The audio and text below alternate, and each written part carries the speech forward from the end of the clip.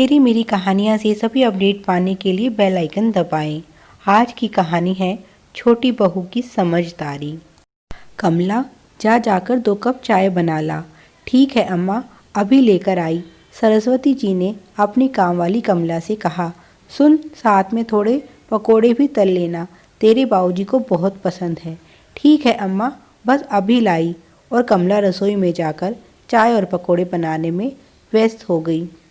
सरस्वती जी मन ही मन मुस्कुराई और कमला की तारीफ की। कितनी अच्छी बहू पाई है कजरी ने, कितनी परिश्रमी है। और एक मैं हूँ जिसके भाग्य में शायद भगवान ने बेटे बहू का सुख लिखा ही नहीं। और उनकी आँख के कोर गीले हो गए। तभी घर में ठाकुर साहब की कड़कड़ाती आवाज़ गूंजी। सरस्वती, सरस्वती, कहाँ हो? अभी तक तुम्हारी चाय नहीं बनी क्या? जी अभी लाई, सरस्वती देवी ने कहा। और तभी कमला चाय और पकोड़े लेकर आ गई। कमला ने चाय जाकर बाहर लॉन में रख दी। ठाकुर साहब वहीं बैठे थे और फिर सरस्वती देवी को सहारा देकर बाहर लॉन में ले आई। ठाकुर साहब ने भी मन ही मन सोचा, यह कमला हमारी कितनी सेवा कर रही है। जब से यह आई है, सरस्वती को तो इसने बहुत अच्छे से संभाल लिया है। कमला की सास कजरी ठाकुर साहब के यहाँ बहुत सालों से काम करती आ रही है। कमला तो बस अभी 2 महीने से ठाकुर साहब के यहाँ आने लगी है। कमला को खास सरस्वती देवी की देखभाल के लिए ही रखा गया है, क्योंकि बाकी के कार्य करने के लिए तो घर में बहुत से नौकर हैं। सरस्वती देवी बहुत ही शांत और मृदु स्वभाव की महिला हैं। अभी कुछ दिनों पहले ही उन्हें लकवे का दौरा पड़ा, जिससे उनके आधे शरीर ने कार्य करना बंद कर दिया। तब कमला को उनकी देखभाल के लिए काम पर रखा गया। कमला सच में बहुत ही मेहनती है। केवल 2 महीने में ही उसने सरस्वती देवी को इस लायक कर दिया है कि वह थोड़ा सहारा लेकर फिर से चलने लगी हैं। नहीं तो शरीर के साथ साथ मन से भी हार चुकी सरस्वती देवी ने जीने की आस ही छोड़ दी थी। पर कमला उनको सारे दिन बातों में लगा कर रखती है और उनका मन लगा रहता है। अब तो जब तक कमला आ नहीं जाती, सरस्वती देवी को चैन नहीं पड़ता। चाय पीते पीते सरस्वती देवी ठाकुर साहब से कहती हैं, मेरे मन में एक बात है, अगर आप नाराज़ ना हो तो आपसे कहूँ। ठाकुर साहब कहते हैं, हाँ हाँ कहो, क्या बात है? सरस्वती देवी कहती हैं, मैं चाहती हूँ कि कमला को घर पर ही रख लूँ। बेचारी मेरी कितनी सेवा करती है, और वैसे भी ऊपर 2 कमरे खाली ही तो पड़े हैं, जहाँ कमला और उसका परिवार आराम से रह सकता है। बस आपकी इजाज़त चाहिए। ठाकुर साहब कहते हैं, जैसी तुम्हारी मर्ज़ी। सरस्वती देवी बहुत खुश हो जाती हैं। वैसे तो सरस्वती देवी के 2 बेटे हैं, प्रताप और विजय।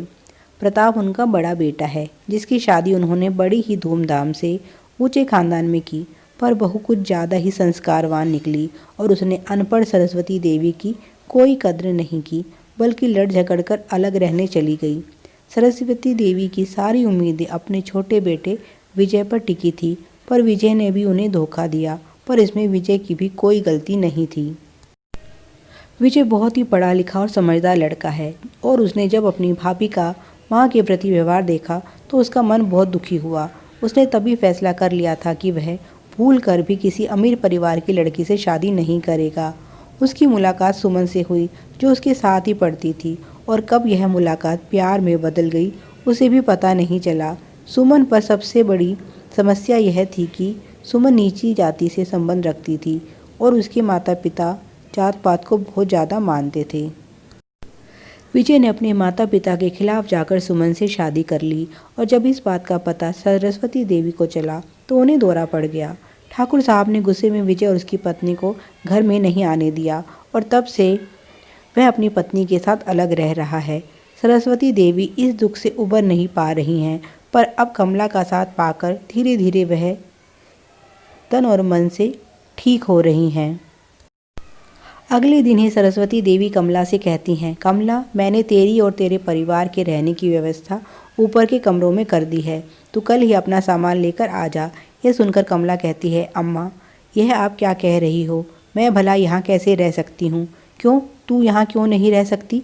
सरस्वती देवी ने कहा, अम्मा, आप ठहरे बड़े लोग, हम ठहरे छोटे आदमी, हम भला आपके साथ कैसे रह सकते हैं। अच्छा अम्मा, यह सब छोड़ो, यह लो, हमने तुम्हारे लिए पूजा की थाली तैयार कर दी है। कमला ने पूजा की थाली सरस्वती देवी की तरफ बढ़ाते हुए कहा। सरस्वती देवी बोली, नहीं, मैंने पूजा करनी छोड़ दी है। कमला बोली, तो क्या अम्मा, तुम पूजा नहीं करती? सरस्वती देवी ने लंबी सांस छोड़ते हुए कहा, नहीं, मैंने पूजा करनी छोड़ दी है। भगवान ने मुझे 2 बेटे दिए, पर बेटों का सुख नहीं दिया। अब भगवान से लड़ाई हो गई है मेरी। कमला बोली, अम्मा, भगवान से लड़कर कहाँ जाओगी? तू भी ना बहुत बातें बनाने लग गई है। सरस्वती देवी ने नाराज़ होने का नाटक करते हुए कहा और कमला सहारा देकर उन्हें मंदिर में ले जाती है। आज बहुत दिनों के बाद सरस्वती जी मंदिर में पूजा करने बैठी हैं और उनकी आंखों से आंसुओं की धारा बह रही है। कमला मजाक करते हुए कहती है, बस करो अम्मा, कहीं ऐसा ना हो कि तुम्हारे आंसुओं की बाढ़ में भगवान बह जाएं। और सरस्वती देवी मुस्कुरा देती हैं। फिर भी कहती हैं, कमला देख, तेरे कहने से आज मैंने पूजा कर ली है और एक तू है जिसने आज तक मुझे अपना चेहरा भी नहीं दिखाया। आज तो मैं तेरा चेहरा देखकर ही मानूंगी। चल हटा ये घूंघट, तू तो मेरी बेटी जैसी ही है। माँ और बेटी के बीच ये है पर्दा कैसा।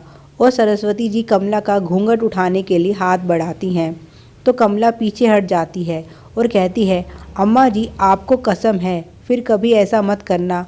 आपको याद है ना मेरे मर्द की शर्त? अगर मैंने यह घूंघट हटाया तो वह फिर कभी मुझे यहाँ नहीं आने देगा। सरस्वती जी कहती हैं, बड़ा अजीब है तेरा आदमी भी, कल उसे भी अपने साथ लेते आना। ठीक है, मैं उसी से बात करती हूँ। अगले दिन कमला अकेली ही काम पर आ जाती है। सरस्वती देवी पूछती हैं, कहाँ है तेरा आदमी? उसे नहीं लाई? कमला कहती है, उसे अभी थोड़ा काम था तो वह थोड़ी देर के बाद आएगा। और वह अपने काम में लग जाती है। थोड़ी देर बाद विजय घर में आता है। विजय को देखकर सरस्वती जी बहुत खुश होती हैं और उससे लिपटकर रोने लगती हैं। तभी ठाकुर साहब की आवाज़ गूंजती है, तुम यहाँ क्या कर रहे हो? विजय कहता है, मैं यहाँ अपनी माँ से मिलने आया हूँ। ठाकुर साहब कहते हैं, अच्छा, तो तुम्हें आखिरकार माँ की याद आ ही गई। और पिता पुत्र में तीखी बहस होती है। सरस्वती देवी कुछ नहीं बोल रही हैं, बस रोए जा रही हैं। तभी वहाँ कमला आ जाती है। कमला को देखकर विजय कहता है, अगर नौकरानी छोटी जात की हो तो उसे आप घर में रख सकते हो, पर अगर बहू छोटी जात की हो तो उसके लिए घर में कोई जगह नहीं। बहुत अच्छा नियम है आपका। तब ठाकुर साहब गुस्से में कहते हैं, इस बेचारी को बीच में घसीटने की कोई ज़रूरत नहीं है। इसने अपने गुणों से इस घर में अपने लिए जगह बनाई है। जब तुम दोनों भाई अपने माँ बाप को छोड़कर चले गए थे तब इसी औरत ने अपनी सेवा से तुम्हारी इस मरी हुई माँ को फिर से जीना सिखाया है। तुम तो हमारे अपने थे, फिर भी तुम दोनों भाइयों ने हमें मारने में कोई कसर नहीं छोड़ी। पर यह तो पराई होकर भी बिना किसी स्वार्थ के हमारी सेवा करती रही। जाति से नहीं, अपने गुणों से ही आदमी महान होता है और यह औरत तुम दोनों से तो बहुत ऊंची है।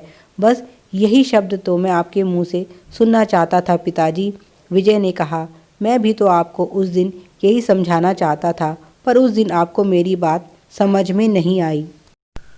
और वह रोते हुए ठाकुर जी के पैरों में गिर जाता है और अपने पिता से माफ़ी मांगने लगता है।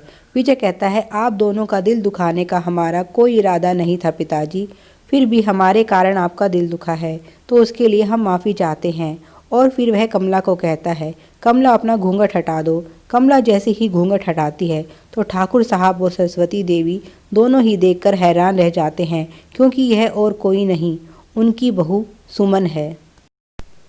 उस दिन भी मैं आपको यही समझाना चाहता था कि आदमी की जाति नहीं, उसके गुण मायने रखते हैं। और दोनों अपने माता पिता के कदमों में झुक जाते हैं। ठाकुर साहब और सरस्वती देवी एक दूसरे को हैरानी से देख रहे हैं। उन्हें समझ नहीं आ रहा कि वे क्या कहें।